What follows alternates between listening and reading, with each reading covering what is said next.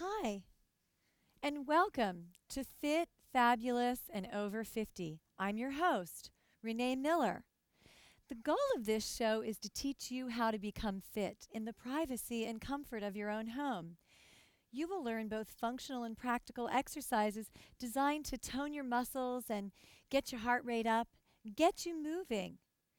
Now, listen, if you've never exercised before, you do need to consult with a physician. Otherwise, let's get started.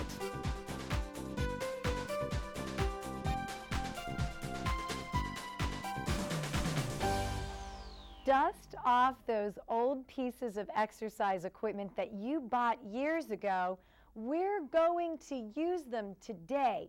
Now listen, you paid good money for those pieces of equipment, so you may as well get something out of it. If you've got a stationary bike or an exercise bike like this one, known as an ergometer, these are great tools. You can set them in front of the television. Why sit on your couch when you could be sitting on your bike, pedaling away and burning excess calories? Or a rebounder. These were originally excellent tools many years ago. This one's beaten up but well used. A rebounder is a great way to get a little bit of jogging in without going outside. And since the cold weather's coming up, what an excellent thing to do. You may have an old treadmill. Have you piled clothing on top of it? Well, get it off of there, because today we're going to do a simple yet effective workout known as interval training. Now, before we do, I want to go over the rating of perceived exertion scale. And that is a scale, we're going to keep it real simple. We're going to call it from 1 to 10. 1 denotes very low level of activity, almost no movement whatsoever, sitting on your couch. 10 is working almost beyond your ability to continue. You want to work in the light range around a 3 and a 4, the moderate range around a 5 and a 6, and the high intensity range up into a 7 and an 8. Now, let's do some stretches for your legs, and let's get going. And if you have a bike, you can put one leg up on your bike seat. You're going to sit up nice and tall, stand up nice and tall, and just lean gently over. Abdominals lifted up, and feel the stretch in the hamstring. You want to keep the chest lifted. Oh yeah, that's good. Take a deep breath and slowly lower down. Now you're going to take that same leg, bring the heel behind you, and stretch out the quadricep. Good. And do it again, pulling closer to you. Flatten here. Don't allow this to get buckled under. The abdominals are lifted and this hip needs to stay long. Okay, other leg. Nice and tall, leaning over.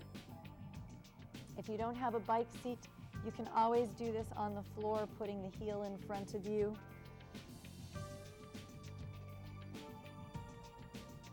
And reversing the stretch, pull that heel up behind you. Make sure that you don't lose your hip area, flatten the hip. Good. Now, to stretch the calf, you're just going to put one foot in front of the other and lunge, pressing the back heel down. And you do want to get a little stretch on the calf, especially if you're going to be doing the rebounder. Okay? And switching. Press the back heel down. Don't allow the heel to come up. Good. All right. Now, whether you're going to be starting on a rebound or a bike or a treadmill, it doesn't matter. You're going to be able to follow this workout, okay? Now, I'm going to be using my chrono, and we're going to be doing intervals of 1 minute, 2 minutes, 3 minutes at the max. And I want you to try to gauge yourself accordingly. I'm going to start here on the rebounder. And if you're going to start on the rebounder, you just want to begin with a little bit of movement, almost no movement. There should be absolutely no jogging, okay? Now we're going to call this light intensity, all right? So I'm going to do our first light intensity interval on the rebounder, and then I'm going to switch to the bike. Here we go. Now I want you just to start out like you're marching. You want to just let the arms swing naturally in opposition. Or if you're on the cycle, I want you to begin pedaling at a low speed. You should take most of the resistance off. So if you're on the bicycle, if you're on a treadmill, it's very low resistance and no hills, not yet, okay? Keep it going. Think about your posture. Use your good supportive muscles. If you're walking, you don't want to go any faster than about a 2.5 or a 3.0 starting out, and no incline whatsoever, okay? And we've just about got a minute in, and we're going to do just another 30 seconds or so. Now, you can see that I'm starting to build just a little more intensity. I'm going to lift my knees a little bit higher, and before you know it, you are going to be having a great workout. Now listen, it's okay to do this in front of the television. This is a great thing to do. I have a good friend who rebounded and biked in front of her TV, and she lost 30 pounds along with good eating, good healthy habits. So you can do it too. All right, now we're going to start to build intensity, and I want you just to maintain what you're doing right now. I'm going to go over and get on the bike and show you how to gear up the intensity if you're riding a stationary bike. All right, now, if you have a gauge, you want to set your gauge, your resistance gauge, on a scale of 1 to 10 at about a 5, okay? And here we go. Let's take the intensity up a little bit. Now, on that rating of perceived exertion scale, on a scale of 1 to 10, I want you just to go no more than a 6. You're going to immediately feel your breathing increase. You're going to immediately feel your body getting warmer. Try not to push it too much right now. Keep it going. Now, while we're doing this, let's do some mental imagery. Let's take ourselves on a ride. Let's go to Brady's Bend up in Pennsylvania, and let's look at the fall leaves changing. Now, as we do this climb and as we do this interval workout, I want you just to imagine someplace you know where the leaves are changing, the fall leaves are turning beautiful gold and red and orange. And I want you to back off your intensity and breathe. Okay. Now, you didn't know it, but you did about a minute and a little bit higher intensity. That's good. Keep it going. All right. Recovery is just as important, by the way, and doing interval training, it helps you, it forces you to go slower and faster.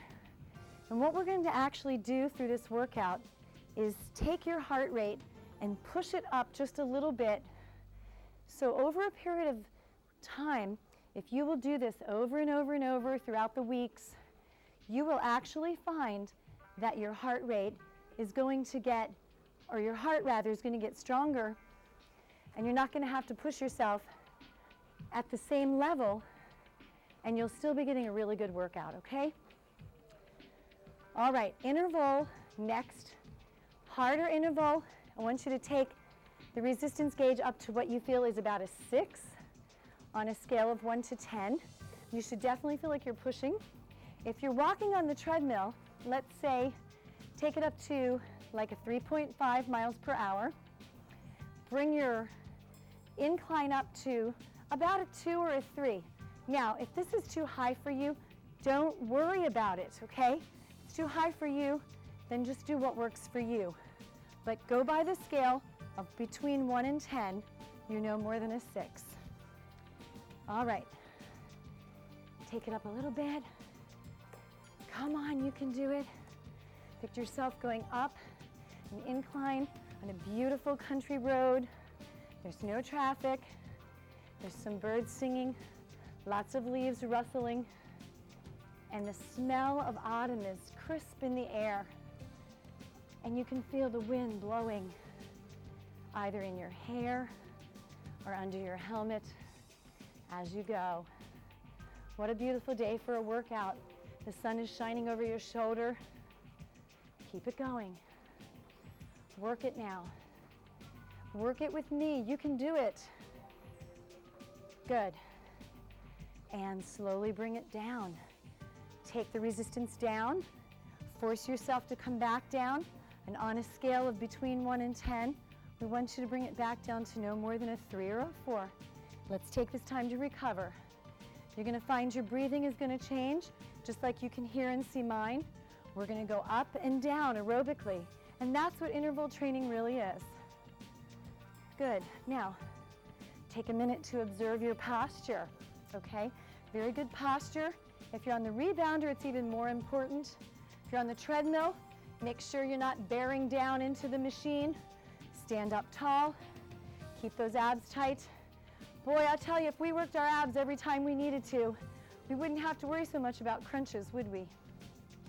All right, now, the next interval is going to be a real tough one, okay? So we're going to go from a 3 or a 4 up to about no more than a 7 or 8. All right, you ready? You can do it. I'm going to help you. You can help me. Ready? Take the resistance up, and you're going to really push on that. And here we go. Come on. Work it now. All right, I want you to think about being out with a group of cyclists or walkers or joggers who are competitive, and you're pushing yourself up that hill now. You're with a group of people you enjoy being with, you're laughing, and you're jostling one another, but you are going to make it to the top of this little hill, and the abdominals are still working for you, and you're going to let yourself go ahead and breathe. Don't draw back from this. Press through it. Get into it. The deeper you can get into it, the easier the workout. It's when we resist, we draw back, we start to hold our breath, that we cannot press through. Come on, keep it going. You just have a few more seconds. Really work it. I can feel my heart rate's up. Woo, all right, good. Take it back down and just relax. Take some deep breaths and breathe. Good. All right, now, if you're using the rebounder, you're going to want to do these next few intervals pretty intense. Be careful now. Make sure that you're ready to jump. But if you want to, jumping up and down is a great way to strengthen the muscles, especially of the lower body. But make sure you're ready to do that, okay? And don't jump so high you hit your head on the ceiling, all right? All right. Walking on the treadmill, you may want to take it up now to, let's say, no more than an incline of 5. And if you can walk, if you have nice long legs and you're fit, you may be able to walk at a 4.0, maybe a 4.2. Keep it about that. Now we're going to take it up again to that higher intensity place. You ready? I know you can do it. Come on, let's go. Work it now with me. I'm really pushing with my legs now. So I have to concentrate on relaxing the rest of my body because it's so easy to get so tense when we begin to work out harder or at a level that we're not really comfortable with. But don't worry about it. Let your body relax. Trust. Try it out. You can do it. Stay strong. You are capable of doing it. You can press through with me. Come on, keep it up. Push it up that hill. Work it now. We're almost at the top. We're gonna get to Brady's Bend pretty soon. And at the top there, we're gonna be able to look down and see a beautiful river below us and trees all over a hill, blue skies, but we're not there yet. Come on, you can do it. Push, push, push. You're almost there. Go, go, go. Oh yeah. All right. Oh my goodness. Woo! Take a little rest and bring it down. How are you doing? On a scale of 1 to 10, can you give yourself a reading, give me a reading of what your overall workout will be? Are you at a 5, a 6? Do you feel like you're working out moderately overall? Are you really feeling like you have to divide up the thought process? I'm working very intense, and I'm working not so intense. And if you say that, then you really are doing the true interval training. Okay, rebounders. I hope you've calmed down. You want to go back to just that jogging now, lightly. And we're going to get ready for 2 more bouts of tough exercise. Okay, almost ready? All right, now I want you to take your tension gauge, or whatever it is you're using, up to about an 8 on a scale of 1 to 10. And I want you to push it. Come on. Now, have you ever been riding up a hill, jogging up a hill, walking up a hill, and it got to the point where the hill became very steep? Oh, and you looked up there and you said, I don't think I can get there. I don't think I can make it. I don't think I can do it. But you did it anyway. You got up there. That's what we're doing right now. We're pressing through. We're working. Woo! You can do it. Go, go, go. Work it, work it, work it like you mean it. Go, go, go. Woo! And we're going to breathe heavy. Let it happen. Let your body move. Keep it going. I feel some sweat, and it feels good. You are almost there. Come on. Don't give up. Don't stop. Don't stop until I do. You can make it. Woo! Back down. Wow. That was fun. Yeah, and I'm glad you did it with me. Okay. Back to that 3. Bring that heart rate back down. Now, if you're not very conditioned and you say to me, Renee, this is much too intense, then I want you to not work above a scale of 5. On 1 to 10, no more than a 5. Okay? So you're going to go easy. And you can see one of the great things about doing the interval is that the recovery process has time to take place, okay? Now, the great thing about doing interval training is over a period of time, you're going to be able to make these intervals longer and longer. So you're going to actually condition yourself. But this is like a nice way of introducing our body to a higher level of intensity. All right, you ready to go? I told you we've got 1 more heavy bout. Ready? Take that tension up, or take that incline up, or you're going to get ready to lift those legs off that rebounder and push it. Come on.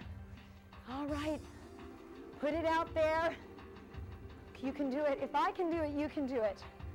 You are strong, and you have what it takes, and you're awesome. And what you don't know about yourself, you get to find out, right? Oh yeah. Come on, work it. Let your breathing go ahead. Just let your breathing work and work and work. How many people you've let your feet get tense? You've let your hands get tense. Let go of all that tension. Let go of all that tension and just go. You can do it. Are you still doing it with me? We're almost there. We are almost there. 15 seconds is like nothing. You blink several times in 15 seconds and you don't even know you're doing it. Woo! All right. Woo! Take it down. How you doing? You doing well? Okay. We're going to go back down to that 3. We're going to let our heart rate come down. Rebounder people, you need to make sure that you go back to just an easy jog, okay? And if you're walking, take the incline down and just walk. Exercise is so invigorating. It is a privilege to move. Now, while you're doing that, let's see what else you can do around your house to get fit.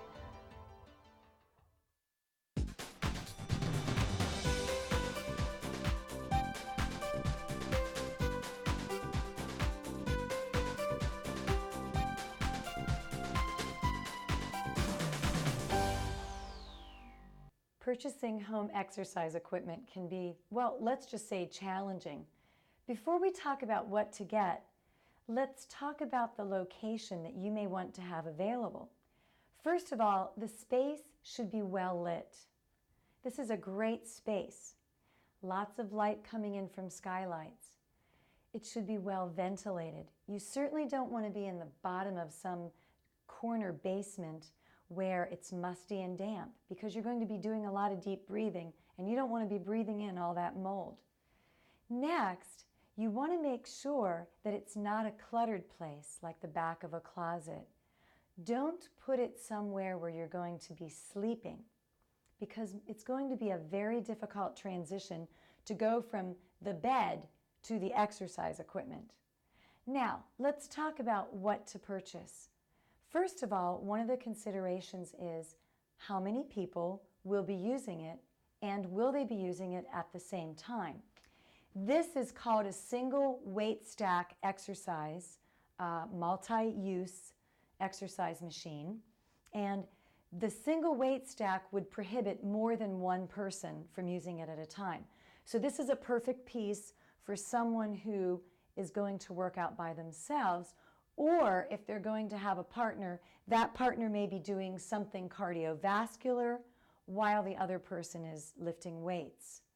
If you're going to have more than one person, then you're going to want to look into an additional weight stack, and you can get equipment in single or multiple weight stacks.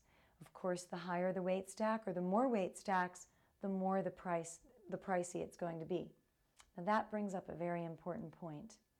You only get what you pay for when you buy home exercise equipment. So you're going to want to look at the space allowance. You're going to want to look at how much money you have available. And lastly, you're going to want to look at your goals. What are your goals?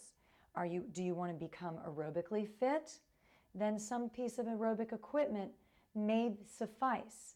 And usually those can be a little bit less expensive unless you get a high-end model. If you want to tone up, if you want to build muscle, then you certainly want to get something with weight equipment involved with it. And remember, it's just like a good haircut.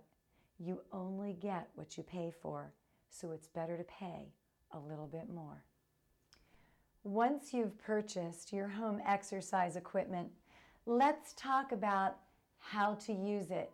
Number one, this should be a sacred area. That's right. No bills, no papers, no clothing. Keep it clean, keep it fresh. This should not be an area where children play, by the way. This could be very dangerous, especially for very little children. Now, when you're ready to begin exercising, my suggestion is that you follow the natural progression of what the machine allows you to do. For instance, I can begin by doing leg extensions. And I'm all set up to begin the exercise. Once I've finished those, I can immediately switch to my upper body, and the natural progression of the machine to go from lower to upper exercise is just fine. And it's going to save you getting up and down and changing things over and over and over, because eventually that's going to wear on you. Now, as you move around the machine, try to utilize the pieces that are available to you most readily, and then as you need to, change them up. It's going to make your exercise a lot simpler, and it's going to aid you in being much more motivated.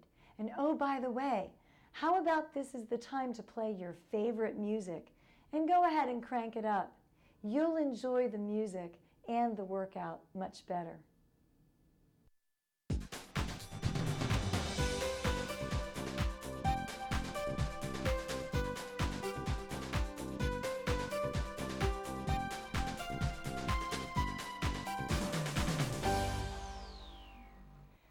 All right, I hope that inspired you.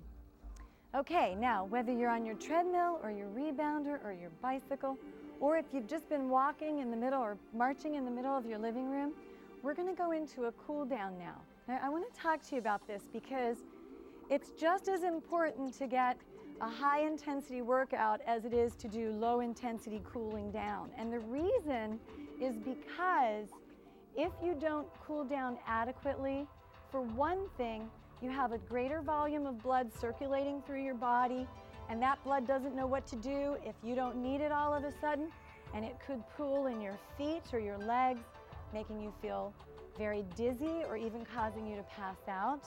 It could pool dangerously at the head or the heart, and that could be extremely serious.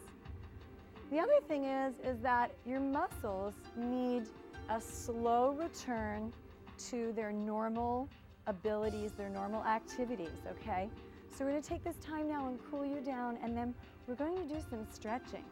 And the great thing about stretching after you've done some workout like this is that your muscles are deeply warm, and you can actually increase the range of motion, something that you can't do at the beginning, all right? So I want you just to relax now. You're going to come off of your equipment. Wasn't that fun? You have to thank this good old bike. I don't know how many years old it is, but it sure gave me a good workout. All right, just get away from your materials, your equipment, and we're going to start by stretching out your low back. Just want you to put your hands on your thighs. You're in a huddle position, and you're going to lengthen through the tailbone and let the head come forward, and just allow the body to drop a little, and then round the back just a little bit. And then press the tailbone out, and you're just going to round up and take a deep breath in and out and in and out. And just roll your shoulders back now just a few times. This is just for relaxation and also helps you open the chest. And one more time. We're going to stretch out, get those heels up, one heel, one leg up on your bike, or if you're on the floor, let me show this to you on the floor. You're going to put the heel forward and press back, okay? And you want to get that toe towards the knee so you actually feel the stretch down the back of the leg as opposed to just going through the motions. You're going to come up and pull the heel behind you. And as you pull your heel behind you, keep on breathing. I want you to do the other side. And I have had such a good time with you today. Won't you come back and join me when I see you again on Fit, Fabulous, and Over 50?